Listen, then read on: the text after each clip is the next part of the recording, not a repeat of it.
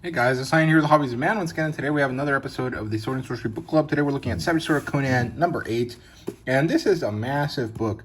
It's the same amount of pages as usual, but it just feels, I guess, so much packed into it, which I think is great. I really appreciate this.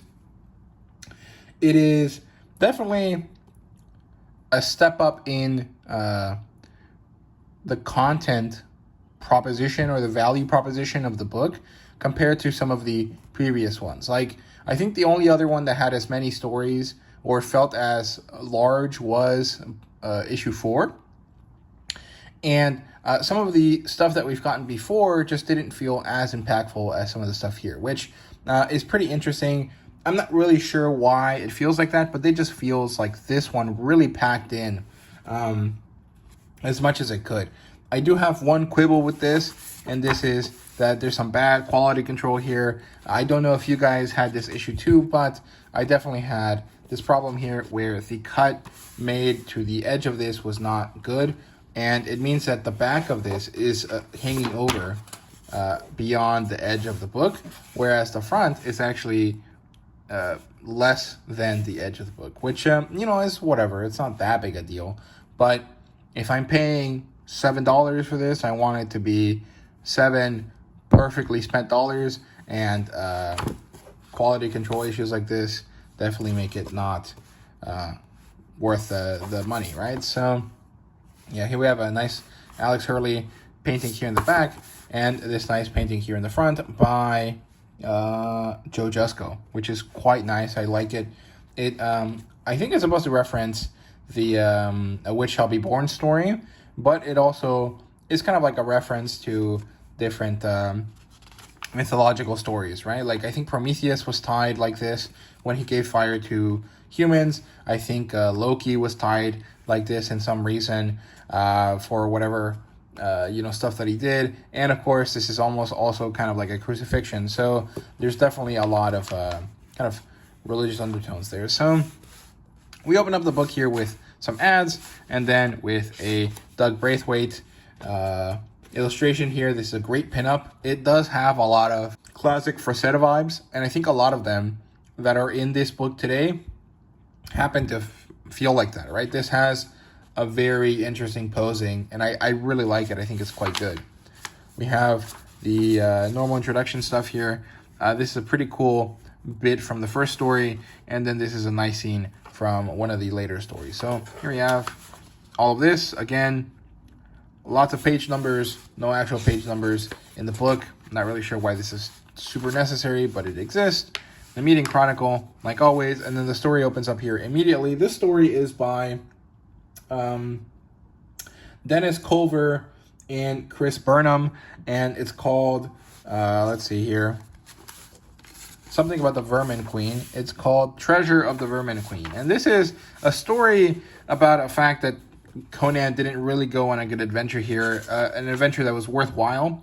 At least that's how it opens, right? And so we see that Conan and this guy, I think his name was Fleek, go down this hole into this inner sanctum of this cult called the Vermin, right? Like vermin as in, bad animals, right?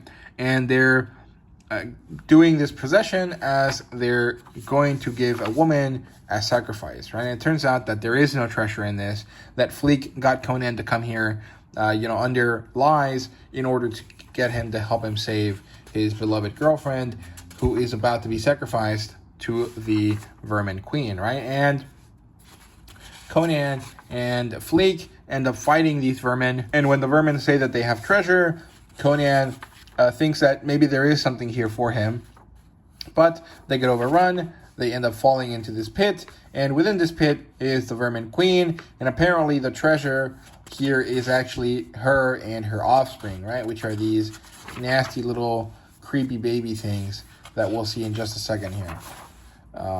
So there's these eggs, and then out of these eggs come these nasty little creepy baby things, right? And so Conan is quite mad. He's about to kill Fleek and his girlfriend when they, get him to belay that and kill them later. And so Conan and these two people fight off the Vermin Queen's children and then actually manage to kill her, right? And so when they manage to kill her, Conan's about to kill Fleek, and then he realizes, you know, hey, this guy is in love with this woman, and he's able to live with her, and maybe this is, you know, something that I should allow, right? Because this reminds him of his love with Billet, right? And so he lets him go, he gets mad, and then they leave, right? And pretty fun. I enjoyed this story. I think the artwork is pretty cool.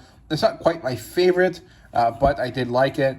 The grotesque Vermin Queen was pretty cool. I like that. I think it was pretty interesting. But I don't really have too many things to say about the story. It was a good one. It was fine. It wasn't bad. I'm enjoying it, and I did like it, and I would read it again. So that's good. Then we have a pinup for Adam Gorham. I don't know if this is supposed to be Conan or McGraffy or whatever the other character is, McCormack or Cormac McGraffy, right? It's kind of unclear. Based on the sword design, I would say it's Conan, but I'm not really sure. Maybe if we go back to the front, that'll tell us.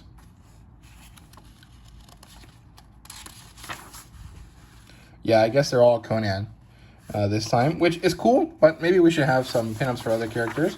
So yeah, it's supposed to be Conan, but he kind of looks like the way Fafner drew Cormac in the other story, right? So we have some chainmail. Nothing too interesting here, nothing that I quite liked, but they do mention that there will be some other characters coming.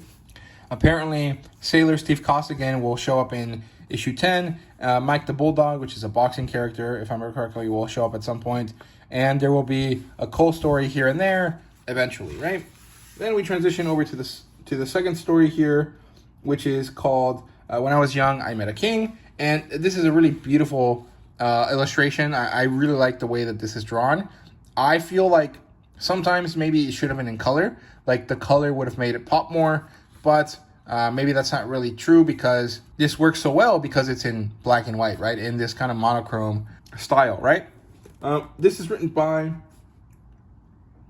Fred Kennedy with art by Marco Rudy, and I think that Marco Rudy should definitely come back because this style is quite good. And so this one deals with Conan basically doing a lone wolf and cub story with this young girl who he takes into his care due to her father, who begged them to do so. And her father was killed by this wizard called Corbin, I think, who was chasing after this young girl because something about her is magical, is special, and Corbin wants to sacrifice her to take on her power, right? And so Conan saves the girl from this first attack, takes her with him across a bunch of different places and locations and regions in order to go find her mother, who is a nun for Mitra, I think, for some other god. She lives in some kind of convent, and as they reach her, it turns out that Corbin had already been attacking her, and so Conan has to battle these evil forces in order to allow the young girl and her mother to escape. And, well, it seems like it's kind of unclear, but eventually Conan does succeed because he does go on to become a king later, right? This story was good. Not really my favorite. I think that the Lone Wolf and Cub story really shines when there's a lot of time to meet the cub and kind of develop the story and the attachment between the Lone Wolf and Cub characters. And this doesn't really do that. This is more of a recollection that this woman is giving about her story than like a proper telling of the Lone Wolf and Cub concept. And so even though the storytelling is fine, it's not that appealing. The artwork here does carry a lot, in my opinion. I think it's quite good, and I did like it. I think it'd be nice to see this come back. Then we have another pinup here. This is another Conan, and this is by Gabriel Rodriguez, and this is some top-tier Frazetta-esque painting. Again, like a lot of this looks real good. I really like it. I think that this female character with the saber-toothed tiger is awesome, and I like the details on the horse here. The muscles on the horse are quite good as well. Then we have this short poem here by Jim Zub with art by Dan Panosian, and I think Dan Panosian does a great job at this. It looks real good, and Jim's poem is pretty enjoyable. I'm not much for poetry. I don't find it that interesting, so this does not necessarily appeal to me, but I think it's nice that Jim gets to write a bunch of different type of stuff, right? He gets to write comic books, he gets to write prose work, and he gets to write poems, right? So very cool stuff. I quite like this. I don't remember if he did a video reciting this one or not, but he did for the first one he did. And Dan Panosian did a great job here with the artwork. And then we have Cormac Fitzjoffrey, Live by the Sword by Zach Davison with art by Max von Fafner. And this is much better done than his first take, the one that he did for the first book. I think, there's still some issues with it. Maybe this should still be in color, but there's a lot better work done here to make this very appealing in black and white. And also maybe it's just because it's a bit more filled in, less thick lines. I don't know, but this story is pretty good. It deals with this character, Cormac, who is fighting, and it looks like they're fighting in some sort of crusade kind of situation. He's killing these Muslims, and then when he does, he destroys his sword. Then he shows up somewhere else. His friend, De Fontaine, shows up, and he's like, dude, I knew you would destroy another sword. And then as they move on, they talk about Cormac's loyalties and his religious situation, right? And they ask him, hey, Cormac, you don't really care about the religious aspect of this. Why do you work? And he's like, well, for money, right? And so this guy kind of continues to talk to him about this.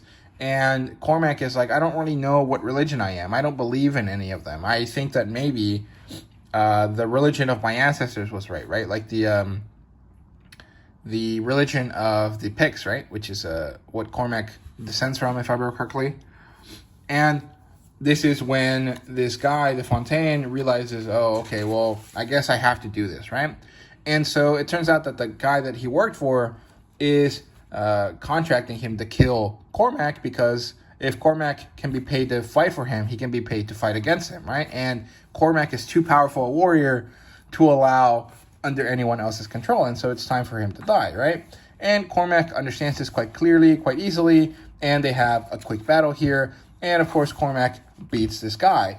And when he does, he decides that he has to go on a revenge quest because his friend died not by his sword, but rather by the political leanings of this other character, right? By the political desires of this other character. And so he has to go kill him to avenge his friend here. So very good stuff. I actually really enjoyed this story. Then we have this phenomenal pinup here by Jonathan Wayshak. I think that this looks awesome. There is kind of a little bit of a problem here with Conan's face. It just looks too monstrous for my taste, but everything else about this looks phenomenal. I really like this a lot. It looks real awesome. I really enjoy this pinup. It's really, really good. Then we have this short story here by John C. Hawkins. This is a prose story. It's called Coils of the Golden Empress. It has art here by Tom Rainey, and this is great. I really enjoy this illustration. The story is fine. It's not quite my favorite. It happens right after the funeral pyre for Bellet. Conan is down on his luck, and he comes across these three guys who are just kind of chilling, and it turns out that these guys are fishermen of some sort, and that they're looking for the eggs of the Golden Empress, which is this giant jellyfish, because their lord likes to use it for torture, because it stings and it hurts real bad, right? And so Conan chats with them for a while. They eventually realize that he's Amra the lion, and they have a bit of an altercation, right? Conan gets run off, and then later he comes back in order to avenge himself, and he manages to kill these other characters quite easily, steal their boat, and then go on to civilization. And it was a pretty good story. It was pretty well written, but it's not quite what I'm looking for. It doesn't work that well for me. Like, I think it's fine, but it's not important enough for me to really care about it too much, if that makes sense. It's just a small moment.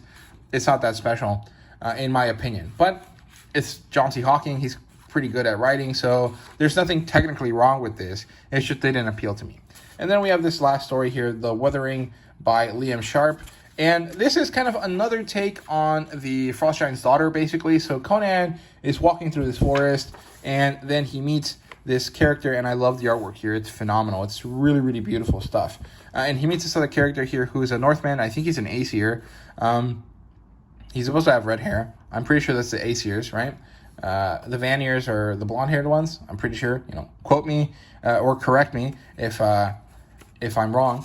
And so Conan meets this man who's dying by this tree, and the man wants to fight him because he needs to die with a weapon in hand in battle, or he won't go to Valhalla. And he really deeply wants to go to Valhalla, right? And so Conan is like, I'm not going to kill you in cold blood. That's not how I roll, which, true. And then he asks the man, hey, what happened? And so this man recounts the story of him going on a horse, going through these random places, when suddenly this gorgeous woman, this otherworldly entity shaped like a woman, shows up, and she gets him to chase her. And as he does, eventually he becomes hurt. He is deeply, deeply hurt, probably from, smacking into a tree at, 40 miles per hour or something. And then he lays at the bottom of this tree and slowly waits for death. And as he does, he finds Conan. And Conan understands this man. And eventually, as the man doesn't stop and tries to attack him, Conan cuts him down quite easily. And then the man dies happily, with a smile, with a laugh, thankful that he got to die a warrior's death and go on to the next world, right? And as Conan leaves, this thing comes out of the trees and takes him. And it seems like this is the same woman, right? And so maybe this is not the Frost Giant's daughter. Maybe this is a dryad or something, something else. But this has the same style and tone. And I think even this guy's called Heimdall as well. So it's very similar to the Frost Giant's daughter. But it's different enough that it's pretty enjoyable. And I love the artwork here a lot. I think that this is probably my favorite story in the whole thing. And it's really, really phenomenal. I want Liam Sharp to come back. I think his style is great. And then we have this final painting here by Juan Alberto Hernandez. And I love this. This looks so, so good. I hope that they let him do a cover because this looks phenomenal, right? This looks real, real good. I loved it a lot. So overall, this was kind of one of the best issues that we've gotten so far. I think that the last one is a bit more special because it has Roy Thomas's storytelling in it.